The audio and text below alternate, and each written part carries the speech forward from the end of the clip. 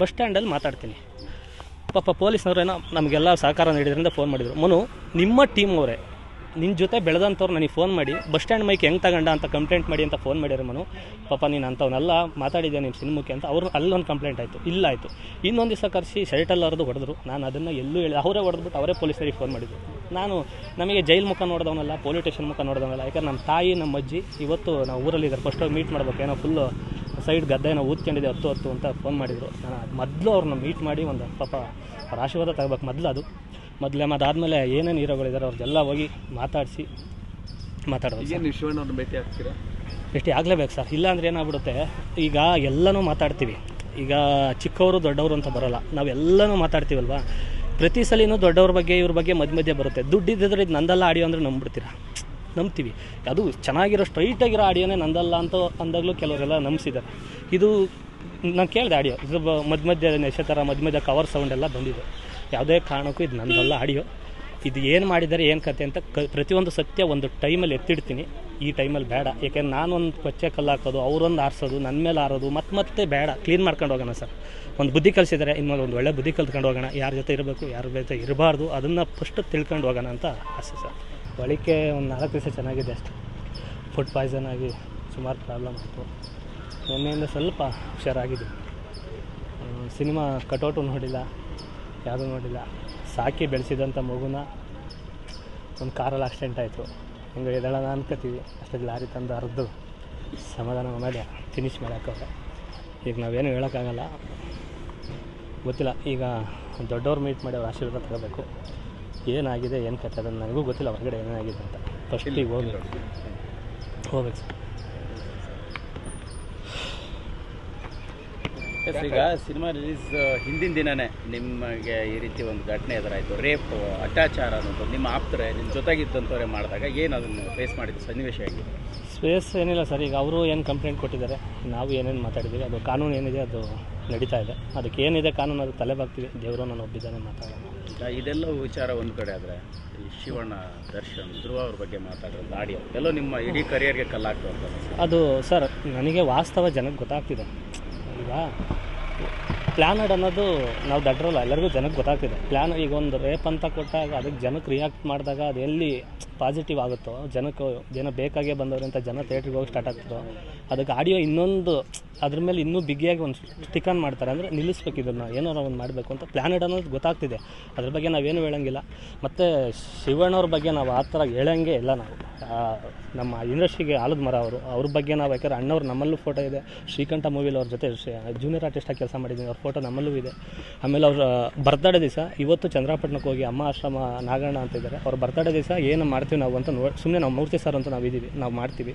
ಅವ್ರಿಗೆ ಆರೋಗ್ಯ ಇದಾದಾಗಲೂ ಕೂಡ ನಾವು ಪೂಜೆ ಮಾಡಿಸಿದ್ದೀವಿ.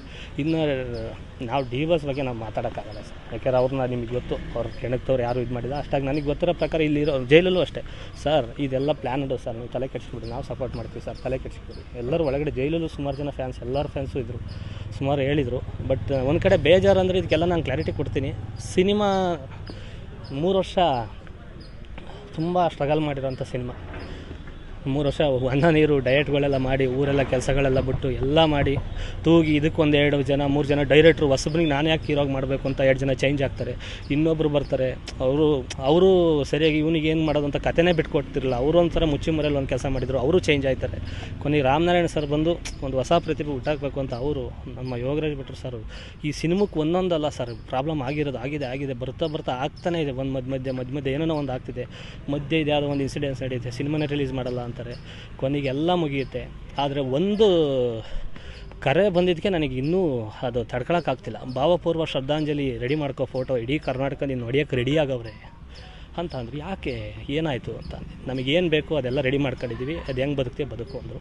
ನಾನು ಅವ್ರ ಹೆಸರು ಹೇಳಲ್ಲ, ಯಾರು ಸವಾಸನೂ ಬೇಡ. ನಮಗೆ ಹೆಂಡ್ರು ಮಕ್ಕಳವ್ರೆ, ಹಳ್ಳಿಲಿರ್ತಾರೆ, ಒಬ್ಬೊಬ್ಬರೇ ಮನೇಲಿರ್ತಾರೆ. ನಾವು ಯಾರು ಸವಾಸನೂ ಬೇಡ ಸರ್. ಮನು ಚೇತರಿಸ್ಕೊಳ್ಳೋಕೆ ಸ್ವಲ್ಪ ಟೈಮ್ ಬೇಕು. ಆದರೆ ಕಲೆ ಕುಗ್ಗಿಲ್ಲ ಸರ್. ಕಲೆ ಅದೇ ಕಲಾವಿದನಾಗಿ ಶಾರದೆ ಯಾವತ್ತೂ ಸಾವೇ ಇಲ್ಲ ಅದಕ್ಕೆ. ಬಟ್ ಸ್ವಲ್ಪ ದಿವಸ ಕುಗ್ಗಿದ್ದೀನಿ, ಎದಾಳ್ಬೇಕು ಸರ್. ಯಾರು ಇಷ್ಟೆಲ್ಲ ನಿಮ್ಮ ವಿರುದ್ಧ ಷಡ್ಯಂತ್ರ ಮಾಡಿದವರು ಸರ್ ಇದ್ದಾರೆ ಸರ್, ಒಂದು 3-4-5 ಜನ ಇದ್ದಾರೆ. ನಾವು ಅವ್ರ ಹೆಸರು ಹೇಳೋಕ್ಕೆ ಇಷ್ಟಪಡಲ್ಲ.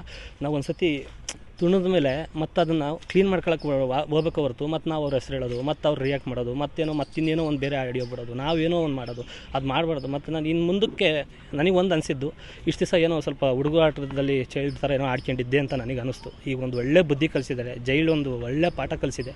ಇನ್ನು ಮುಂದಕ್ಕೆ ನಾನು ಹೆಂಗೆ ಬುದ್ಧಿ, ಇಷ್ಟು ದಿವಸ ನಾನು ಕನ್ನಡಿಗರು ಯಾರ್ಯಾರು ಸ್ಟ್ರೈಕ್ ಮಾಡಿದ್ರು, ಯಾರ್ಯಾರು ಬೈದ್ರು ತಪ್ಪಲ್ಲ. ನನಗೆ ಅದು ಆಡಿಯೋ ಕೇಳಿದಂಗೆ ನನಗೆ ಮೈ ಉರಿತು, ನಮ್ಮ ಏನು ಗುರಿದು ಅಂತ ಈ ಥರದ್ದು ನನಗೆ ಅನಿಸುತ್ತೆ. ಅನ್ನಿಸ್ದಾಗ ಅವರು ಅನ್ನಿಸೋದ್ರಲ್ಲಿ ತಪ್ಪಿಲ್ಲ.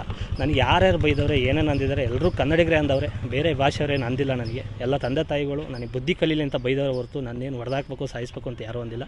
ಅವ್ರ ಮಾರ್ಗದರ್ಶನದಲ್ಲಿ ಒಂದು ಮುಂದಕ್ಕೆ ಇನ್ಮೇಲೆ ಏನು 2025 ಐತಲ್ವ, ಇನ್ಮೇಲೆ ಒಂದು ಒಳ್ಳೆ ಬುದ್ಧಿ ಕಲಿತು ಇನ್ನು ಮುಂದಕ್ಕೆ ಯಾರ ಜೊತೆ ಇರಬೇಕು, ಯಾರು ಸವಾಸ ಮಾಡಬೇಕು, ಯಾರ ಜೊತೆ ಹೆಂಗೆ ಮಾತಾಡಬೇಕು ಅನ್ನೋದನ್ನ ಒಂದು ತಿಳಿಸ್ಕೊಟ್ಟಿದ್ದು ಏನೋ ಗೊತ್ತಿಲ್ಲ. ಮುಂದಕ್ಕೆ ದೊಡ್ಡದಾಗೋದನ್ನ ಇಲ್ಲಿಗೆ ಇದು ದೊಡ್ಡದೇ, ಏನು ಚಿಕ್ಕದಲ್ಲ. ನಿಮ್ಮ ಮಾತುಗಳು ನಿಮಗೆ ದುಬಾರಿ ಆಯ್ತಾ ಅಂತ ಅನಿಸ್ತಾ? ಏನು ಅದನ್ನು ನೀವು ಪ್ರಜ್ಞಾಪೂರ್ವಕವಾಗಿ ಮಾತನಾಡಿದ್ದ ಅಥವಾ? ನಂದು ಅಲ್ಲವೇ ಅಲ್ಲ ಸರ್, ನಾನು ಅದನ್ನು ಪ್ರತಿಯೊಂದು ಹೇಳ್ತೀನಿ. ಒಂದು ಟೈಮ್ ಬರುತ್ತೆ ಅದು ಏನಾಗಿದೆ, ಏನು ಮಾಡಿದ್ದಾರೆ ಅಂತ. ಆಡಿಯೋ ಕ್ರಾಪ್ ಮಾಡಿ ಆಡಿಯೋ ನಿಷೇಧದಲ್ಲಿ ಮಾತಾಡಿರೋದು ಮನುದೇ ಅಂತ. ನಾನು ಯಾರ ಜೊತೆ ಎಣ್ಣೆ ಸಿಗರೇಟ್ ಕುಡಿದಿದ್ರೆ ಕರ್ಕೊಬನ್ನಿ ಸರ್, ಏನೋ ನಾನು ಯಾವುದೇ ಕಾರಣಕ್ಕೂ ಕೇಳಿ ನಾನು ಡಯಟಲ್ಲಿದ್ದವನು. ಇದು ಹೆಂಗಾಯಿತು, ಏನು ಕತೆ ಅನ್ನೋದನ್ನು ನನಗೆ ಒಬ್ಬರು ಫೋನ್ ಮಾಡಿ ಹೇಳ್ತಾರೆ ಬೆಳಗ್ಗೆ. ಒಂದು ಆಡಿಯೋ ರೆಡಿ ಮಾಡಿದ್ದೀನಿ, 50,000 ಆಯಿತು. ಅದನ್ನು ಬಿಡಲ್ಲ ನಾನು, ಅದೊಂದು ಇನ್ಯಾವುದೋ ಆಡಿಯೋಗಳು ಬಿಡಲ್ಲ ನಾನು, ಪ್ರೂವ್ ಮಾಡ್ಕೊಳಕ್ಕೆ ಹೋಗಲ್ಲ. ಯಾಕೆಂದರೆ ಇವ್ನು ತಪ್ಪು ಮಾಡ್ಯವನೇ ಪ್ರೂವ್ ಮಾಡ್ಕೊಳಕ್ಕೆ ಬರ್ತಾವನೆ ಅಂತ ಅನಿಸುತ್ತೆ. ಈಗ ಏನು ದೊಡ್ಡವರಿಗೆ ಅಂದಿದ್ದೀನಿ ಅವ್ರ ಹತ್ರ ಹೋಗ್ತೀನಿ, ಇರೋ ಸತ್ಯ ಹೇಳ್ತೀನಿ ಅಣ್ಣ ಹಿಂಗೆಲ್ಲ ಮಾಡಿದರು. ಯಾಕೆ ಜನಕ್ಕೆ ವಾಸ್ತವ ಗೊತ್ತಾಗ್ತಿದ್ದಾರೆ ಸರ್, ನಾವು ಸುಳ್ಳು ಹೇಳಂಗಿಲ್ಲ, ವಾಸ್ತವ ಗೊತ್ತಾಗ್ತಿದೆ. ಒಂದು ರೇಪ್ ಅಂತ, ವಾಸ್ತವ ರೇಪ್ ಅಂತ ಸರ್ ಅಲ್ವೇ ಅಲ್ಲ. ನಾನು ಹೇಳ್ತೀನಿ ಸರ್ ದೊಡ್ಡವ್ರದ್ದೆಲ್ಲ ಮಿಮಿಕ್ರಿ ಮಾಡ್ತಾರೆ. ಈಗ ನನ್ನ ಹತ್ರ ದುಡ್ಡಿದ್ದು ಬ್ಯಾಕ್ಗ್ರೌಂಡ್ ಇದ್ದಿದ್ರೆ ಅದು ಆಡಿಯೋ ನಂದಲ್ಲ ಅಂದರೆ ಜನ ಒಪ್ಕೊತಾ ಇದ್ರು. ನಮ್ಮ ಹತ್ರ ಇಲ್ಲ ಸರ್. ಊರಲ್ಲಿ ಯಾವುದೋ 1.5 ಎಕರೆ ಜಮೀನು ಇಟ್ಕೊಂಡು ಶುಂಠಿ ಅಲಗಡ್ಡೆ ಬೆಳ್ಕೊಂಡು ಅದ್ರ ಮೂಲಕ ಇಲ್ಲಿ ಯಾವುದೋ ಒಂದು ಕಲೆ ನಂಬ್ಕೊಂಡು ಎಲ್ಲರನ್ನೂ ಒಂದು ದೊಡ್ಡವ್ರ ಆಶೀರ್ವಾದ ತಗೊಂಡು, ಕುಲದಲ್ಲಿ ಕೀಳಿ ಯಾವುದೋ ಟೈಟ್ಲು ಶಿವಣ್ಣ ಅವ್ರದ್ದು ಅಂತ 50 ಸತಿ ಹೇಳಿದ್ದೀನಿ, ಅವ್ರು ಕೊಟ್ಟಿರೋಂಥ ಟೈಟ್ಲು, ಅಣ್ಣವ್ರ ಆಶೀರ್ವಾದ ಸಿಕ್ಕಿದ್ದು, ಇಷ್ಟೆಲ್ಲ ಹೇಳ್ದವನು ಈ ಥರ ಧ್ರುವ ಸರ್ಜಾ ಸರ್ ನಮ್ಮ ಪೋಸ್ಟರ್ ಲಾಂಚ್ ಮಾಡ್ಯಾರ ಸರ್. ಯಾರಾದರೂ ಅದು ಗೊತ್ತಿಲ್ಲ ಏನೇನು ಮಾಡಿದ್ದಾರೆ ಅಂತ, ಬಟ್ ನನಗೆ ಅದೊಂದು ಹೇಳಿದ್ದು ನನಗೆ ಇನ್ನೂ ಕಿವಿಲಿ ಗುಯ್ ಅಂತಿದೆ. ಬೆಳಿಗ್ಗೆ ಫೋನ್ ಮಾಡಿ ನಮಗೆ ಏನು ಮಾಡಬೇಕು 2 ಥರ ಪ್ಲ್ಯಾನ್ ಆಗಿದೆ, ನೀನು ರೇಪ್ ಅನ್ನೋದ್ರಲ್ಲಿ ಏನಾದರೂ ಬದುಕಿಸ್ಕೊಂಡ್ರೆ ಇನ್ನೊಂದು ನಾವು ರೆಡಿ ಮಾಡಿದ್ದೀವಿ, ಅದು ಹೆಂಗೆ ನೋಡೋಣ ಅಂತ ಅಂದರು. ಅದು ಯಾರು ಜೈಲಿಗೆ ಬಂದಮೇಲೆ ಆಡಿಯೋ ಬಂದಿದ್ದು? ಹ್ಞೂ ಸರ್, ಅದೇ. ಹಾಗಾದ್ರೆ ನಿಮ್ಗೆ ಜೈಲಿಗೆ ಬಂದಮೇಲೆ ಫೋನ್ ಮಾಡಿದ್ರೆ? ಇಲ್ಲ ಮುಂಚೆನೇ ಒಂದು ಹೇಳಿದ್ರು, ಇಂಟ್ ಕೊಟ್ಟಿದ್ರು 3 ಜನ. ನಾನು ಇಷ್ಟೆಲ್ಲ ಯಾಕೆ ಮಾಡ್ತಾಯಿದ್ರು, ಅದೇನು ಆಡಿಯೋ ಏನು ಕೊಡಿ ಹೋಗ್ಲಿ ನಿಮ್ಗೆ ಏನು ದುಡ್ಡು ಬೇಕಾ ಹೇಳಿ, ಏನೋ ಒಂದು ಮಾಡ್ಸೋಣ ಪ್ಲೀಸ್, ಹಿಂಗೆ ಯಾಕೆ ನನ್ನ ಜೀವನ ಹಾಳು ಮಾಡ್ತೀರಾ ಪ್ಲೀಸ್ ಅಂತ. ಅದು ಏನಾನ ಬೇರೆ ಆಯಿತು ನನಗೆ. ಸರ್ ನೀವು ನಂಬಲ್ಲ, ಈ ಸಿನಿಮಾದಲ್ಲಿ ನೀವು ಪ್ರಮೋಷನ್ ಮುಗಿಸ್ಕೊಂಡು ಬರ್ತೀನಿ, ಕುಣಿಗಾಲಲ್ಲಿ ಮೊಟ್ಟೆ ಹೊಡಿತಾರೆ 4. ನಾನು ಎಲ್ಲೂ ಪ್ರಸ್ತಾಪ ಮಾಡಿಲ್ಲ. ಮೊಟ್ಟೆ ಹೊಡಿತಾರೆ, ಅದು ಸುಮ್ಮನೆ ಅದೇ. ನಾನು ಟರ್ನ್ ಹೊಡ್ಕೊಂಡು ಕುಣಿಗಲ್ ಏನು ಬರುತ್ತೆ ಮಾಡಿ ರೋಡಲ್ಲಿ ಎವಿ 140 ಹೊಡ್ಕೊಂಡು ಹೊಂಟೆ. ನಾನು ಅದು ಸುಮ್ಮನೆ ಅದೇ, ನಾನು ಏನೂ ಮಾತಾಡಿಲ್ಲ. ಅದು ಮಗ ನಾನು ಯಾವುದೂ ಹೇಳ್ಕೊಂಡಿಲ್ಲ ಸರ್. ಇದೆಲ್ಲ ಏನೋ ಒಂದು ದೊಡ್ಡ ಗೊತ್ತಿಲ್ಲ ಸರ್. ಏನು ಪ್ರಮೋಷನ್ ನೋಡಿ, ಹಾಸನದಲ್ಲಿ ಪ್ರಮೋಷನ್ ಮಾಡಿದೆ, ಬಸ್ ಸ್ಟ್ಯಾಂಡಲ್ಲಿ ಮಾತಾಡ್ತೀನಿ. ಪಾಪ ಪೊಲೀಸ್ನವ್ರೇನೋ ನಮಗೆಲ್ಲ ಸಹಕಾರ ನೀಡಿದ್ರಿಂದ ಫೋನ್ ಮಾಡಿದರು, ಮನು ನಿಮ್ಮ ಟೀಮ್ ಅವರೇ ನಿನ್ನ ಜೊತೆ ಬೆಳೆದಂಥವ್ರು ನನಗೆ ಫೋನ್ ಮಾಡಿ ಬಸ್ ಸ್ಟ್ಯಾಂಡ್ ಮೈಕ್ ಹೆಂಗೆ ತಗೊಂಡ ಅಂತ ಕಂಪ್ಲೇಂಟ್ ಮಾಡಿ ಅಂತ ಫೋನ್ ಮಾಡಿದ್ರು. ಮನು ಪಾಪ ನೀನು ಅಂಥವನ್ನೆಲ್ಲ ಮಾತಾಡಿದ್ದೆ ನಿಮ್ಮ ಸಿನಿಮಾಕ್ಕೆ ಅಂತ ಅವರು ಅಲ್ಲೊಂದು ಕಂಪ್ಲೇಂಟ್ ಆಯಿತು. ಇಲ್ಲ ಆಯಿತು, ಇನ್ನೊಂದು ದಿವಸ ಕರೆಸಿ ಶರ್ಟಲ್ಲಿ ಅವ್ರದ್ದು ಹೊಡೆದ್ರು. ನಾನು ಅದನ್ನು ಎಲ್ಲೂ ಹೇಳಿ, ಅವರೇ ಹೊಡೆದ್ಬಿಟ್ಟು ಅವರೇ ಪೊಲೀಸರಿಗೆ ಫೋನ್ ಮಾಡಿದ್ರು. ನಮಗೆ ಜೈಲ್ ಮುಖ ನೋಡಿದವನಲ್ಲ, ಪೊಲೀಸ್ ಸ್ಟೇಷನ್ ಮುಖ ನೋಡಿದವನಲ್ಲ. ಯಾಕಂದ್ರೆ ನಮ್ಮ ತಾಯಿ ನಮ್ಮ ಅಜ್ಜಿ ಇವತ್ತು ನಾವು ಊರಲ್ಲಿದ್ದಾರೆ, ಫಸ್ಟೋಗಿ ಮೀಟ್ ಮಾಡ್ಬೇಕು, ಏನೋ ಫುಲ್ಲು ಸೈಡ್ ಗದ್ದೆ ಏನೋ ಊದ್ಕೊಂಡಿದೆ 10 ಅಂತ ಫೋನ್ ಮಾಡಿದರು. ನಾನು ಮೊದಲು ಅವ್ರನ್ನ ಮೀಟ್ ಮಾಡಿ ಒಂದು ಪಾಪ ಅವ್ರ ಆಶೀರ್ವಾದ ತಗೋಬೇಕು ಮೊದಲೇ. ಅದಾದಮೇಲೆ ಏನೇನು ಹೀರೋಗಳಿದ್ದಾರೆ ಅವ್ರದ್ದೆಲ್ಲ ಹೋಗಿ ಮಾತಾಡೋದು. ಶಿವಣ್ಣವ್ರನ್ನ ಭೇಟಿ ಆಗ್ತೀರಾ? ಭೇಟಿ ಆಗಲೇಬೇಕು ಸರ್, ಇಲ್ಲ ಅಂದರೆ ಏನಾಗ್ಬಿಡುತ್ತೆ, ಈಗ ಎಲ್ಲನೂ ಮಾತಾಡ್ತೀವಿ. ಈಗ ಚಿಕ್ಕವರು ದೊಡ್ಡವರು ಅಂತ ಬರೋಲ್ಲ, ನಾವೆಲ್ಲನೂ ಮಾತಾಡ್ತೀವಲ್ವ. ಪ್ರತಿ ಸಲಿನೂ ದೊಡ್ಡವ್ರ ಬಗ್ಗೆ ಇವ್ರ ಬಗ್ಗೆ ಮಧ್ಯೆ ಬರುತ್ತೆ. ದುಡ್ಡಿದ್ದರೆ ಇದು ನಂದಲ್ಲ ಆಡಿಯೋ ಅಂದರೆ ನಂಬ್ತೀವಿ. ಅದು ಚೆನ್ನಾಗಿರೋ ಸ್ಟ್ರೈಟಾಗಿರೋ ಆಡಿಯೋನೇ ನಂದಲ್ಲ ಅಂತ ಅಂದಾಗಲೂ ಕೆಲವರೆಲ್ಲ ನಂಬಿಸಿದ್ದಾರೆ. ಇದು ನಾನು ಕೇಳಿದೆ ಆಡಿಯೋ, ಇದು ಮಧ್ಯ ನಕ್ಷತ್ರ ಮಧ್ಯ ಕವರ್ ಸೌಂಡ್ ಎಲ್ಲ ಬಂದಿದೆ. ಯಾವುದೇ ಕಾರಣಕ್ಕೂ ಇದು ನಂದಲ್ಲ ಆಡಿಯೋ. ಇದು ಏನು ಮಾಡಿದ್ದಾರೆ ಏನು ಕತೆ ಅಂತ ಪ್ರತಿಯೊಂದು ಸತ್ಯ ಒಂದು ಟೈಮಲ್ಲಿ ಎತ್ತಿಡ್ತೀನಿ. ಈ ಟೈಮಲ್ಲಿ ಬೇಡ, ಯಾಕೆಂದ್ರೆ ನಾನೊಂದು ಕೊಚ್ಚೆ ಕಲ್ಲು ಹಾಕೋದು, ಅವರೊಂದು ಆರಿಸೋದು, ನನ್ನ ಮೇಲೆ ಆರೋದು ಮತ್ತೆ ಬೇಡ. ಕ್ಲೀನ್ ಮಾಡ್ಕೊಂಡು ಹೋಗೋಣ ಸರ್. ಒಂದು ಬುದ್ಧಿ ಕಲಿಸಿದ್ದಾರೆ, ಇನ್ಮೇಲೆ ಒಂದು ಒಳ್ಳೆ ಬುದ್ಧಿ ಕಲ್ತ್ಕೊಂಡು ಹೋಗೋಣ. ಯಾರ ಜೊತೆ ಇರಬೇಕು, ಯಾರ ಜೊತೆ ಇರಬಾರ್ದು, ಅದನ್ನು ಫಸ್ಟ್ ತಿಳ್ಕೊಂಡು ಹೋಗೋಣ ಅಂತ ಆಸೆ ಸರ್.